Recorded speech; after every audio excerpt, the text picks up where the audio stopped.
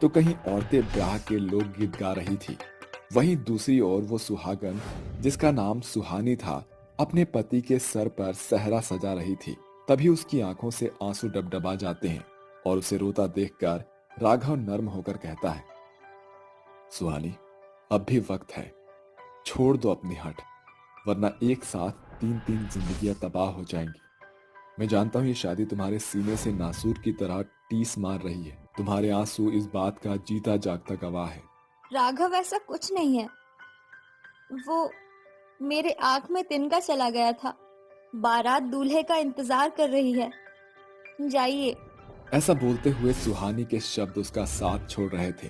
वो नम आंखों से राघव को दूसरी शादी के लिए विदाई देती है। अब जाइए राघव। राघव के जाते ही सुहानी कपकपाते कदमों से आगे बढ़कर अपने कमरे का फाटक बंद करके फूट फूट कर रोने लगती है। ये कैसी अग्नि परीक्षा ले रहा है भगवान तू। ये पहली बार है। ये पहली बार है जब कोई सुहागन अपनी इच्छा से सौतन ला रही है। एक सुहागन अपना सब कुछ न्योछावर कर देती है, मगर सुहाग और सिंदूर का बंटवारा नहीं कर पाती। मगर मैं मजबूर हूँ अपनी मांग का सिंदूर अपनी सौतन से बांटने को। क्या हूँ मैं, एक अभागन या सुहागन? आखिर क्यों सुहानी अपने पति की दूसरी शादी करवा रही है? क्यों वो अपने ही फैसले पर सवाल खड़े कर रही है? क्या राघव के पुनर्विवाह के पीछे छिपा है एक पत्नी का प्यार, या छिपा है सास का षड्यंत्र? जानने के लिए कहानी के पिछले भाग के पन्नों को पलटना होगा। 2 साल पहले दुल्हन के जोड़े में ससुराल की दहलीज पर खड़ी सुहानी अपने हाथ पैर कचोट रही थी।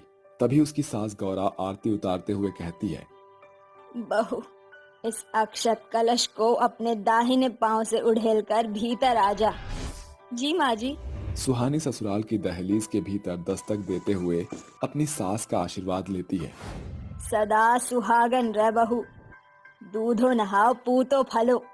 चल बहू, तू भी शादी ब्याह के भाग दौड़ में थक गई होगी, जाकर आराम कर ले। अरे राघव, बहू को कमरे में ले जा।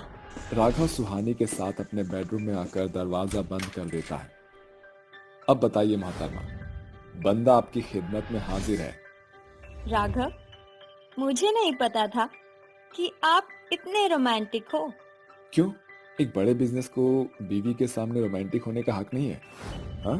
अच्छा, सच मानो सुहानी, तुम मुझे पहली नजर से ही पसंद आ गई थी, क्योंकि तुम्हारी सादगी और सुलझे स्वभाव को देखकर मैंने मन बना लिया था कि तुम ही मेरी बीवी बनोगी। तुम्हारे साथ मैंने बहुत सारे सपने संजोए हैं। तो बताइए जनाब, क्या है आपके ड्रीम्स? बस सारी उम्र तुम्हारा साथ और प्यारे प्यारे बच्चे। राघव और सुहानी घंटों अपने अरमानों को एक दूसरे से साझा करते हुए शादी की रात सुनहरी शुरुआत करते हैं। सुहानी ससुराल की बागडोर को बखूबी संभाल लेती है। देखते ही देखते 6 महीने बीत जाते हैं। फिर एक दिन, अरे बहू, देख, रात के 10 बजने को है। सुबह से रात तक एक पाव पर नाचती रहती है। जब देखो घर के झोल झमेले में उलझी रहती है। जा, राघव तेरी राह देख रहा होगा। यहाँ हाथ पाव चलाना छोड़ और जाकर अपने पति को लटके झटके दिखा, तभी तो इस घर में चिराग रोशन होगा। ये सुनकर सुहानी का चेहरा शर्म से लाल पड़ जाता है और वो कमरे में चली जाती है।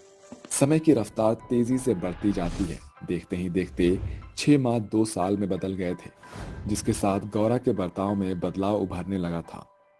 बहू, ओ बहू। जी कहिए माँ जी। एक बात तो बता, तेरे और राघव में मियाँ बीवी जैसा रिश्ता है भी या नहीं?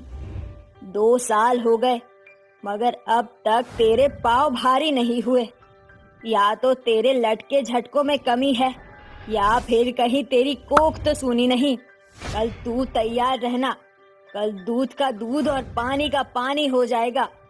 गौरा के मुंह से निकला बांझ शब्द सुहानी के मन में उथल पुथल मचा रहा था।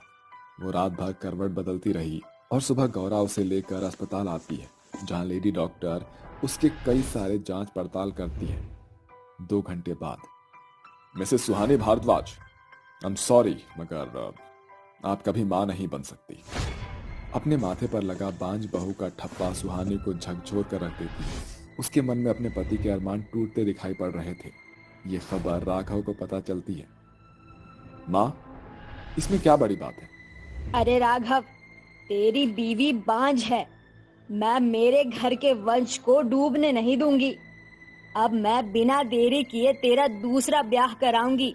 जब सौतन इस बांझ के सीने पर कीला गाड़ेगी तो ये भाग जाएगी। माँ, चाहे मैं जिंदगी भर बे औलाद क्यों न रहूं, मगर मैं दूसरी शादी नहीं करूंगा। राघव अपना फैसला सुनाकर कमरे में चला जाता है और गौरा अपनी बात सुहानी पर थोपते हुए कहती है।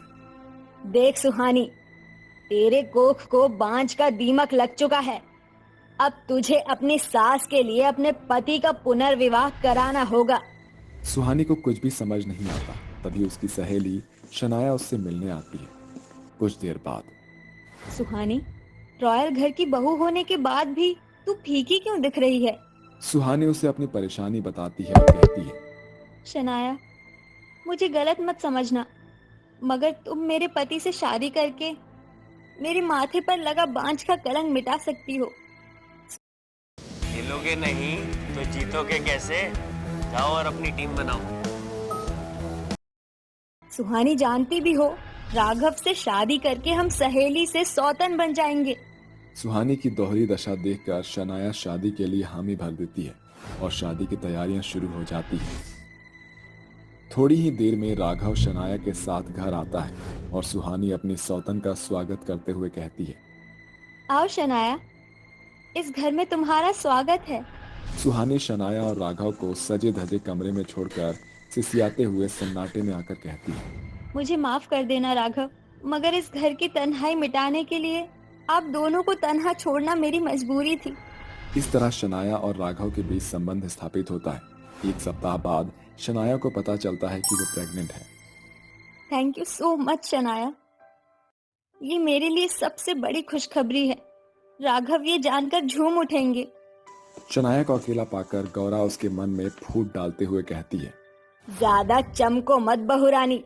देखना, जैसे ही ये बच्चा जनकर तुम अपनी सौतन को दोगी, वो तुम्हें मछली के कांटे की तरह निकाल फेंकेगी। बच्चा जनेगी तू और बांझ का कलंक मिटेगा मेरी बांझ बहू के माथे से। गौरा की मथाई भरी बातें शनाया के मन में घर कर जाती। वो इस बात को ना तो निगल पा रही थी और ना ही उगल पा रही थी। शनाया के सर पर अब सौतन की डाह सवार हो गई थी। वो सुहानी से खींची खींची सी रहने लगी। 9 महीने बाद शनाया एक प्यारे से बेटे को जन्म देती है। लाओ शनाया, मुन्ने को मुझे दे दो। नहीं, मेरे बच्चे को हाथ मत लगाना। शनाया, शायद तुम भूल गई हो कि सुहानी ने इस बच्चे के लिए 9 माह की तपस्या की है। मगर ये बच्चा मेरा है, मैं इसकी जननी हूँ। शनाया, तुमने मुझसे वादा किया था कि तुम मेरे राघव का बच्चा जन्म देकर मुझे दोगी। वो बेवकूफ शनाया थी जो तुम्हारी चिकनी चुपड़ी बात में बह गई थी। आज की हकीकत मेरा बच्चा मैं और राघव है।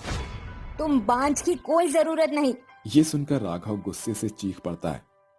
शनाया, इस बच्चे के लिए ही सुहानी ने सौतन की डाह सही है। खुद को मेरी बीवी कहती हो ना तुम। सोचो उस पत्नी पर क्या बीती होगी जब उसने अपने हाथों अपने पति को सौतन से बांटना पड़ा होगा। पर एक सुहागन के लिए अपने मांग का सिंदूर बांटना मौत के बराबर होता है। ये सुनकर शनाया की आंखों पर अपना किया हुआ वादा उभर आता है, जिसके साथ उसकी आंखें नम हो जाती हैं। आई एम सॉरी सुहानी, शायद मैं स्वार्थी हो गई थी। ये लो तुम्हारी अमानत। मैंने अपना फर्ज पूरा किया, अब मुझे चले जाना चाहिए। शुक्रिया शनाया, मगर असल मायने में तुम मुन्ने की माँ हो। तुमने 9 माह इसे अपने खून से सींचा है। साथ ही तुम मेरे साजन की सुहागन हो, इसीलिए अब हम सौतन नहीं सहेली बनकर रहेंगे। इस तरह अंत में सुहानी और शनाया एक ही छत के नीचे सौतन होने के बावजूद भी सहेली बनकर रहने लगती है। संगमपुर गांव में बसंता और स्वर्णा नाम का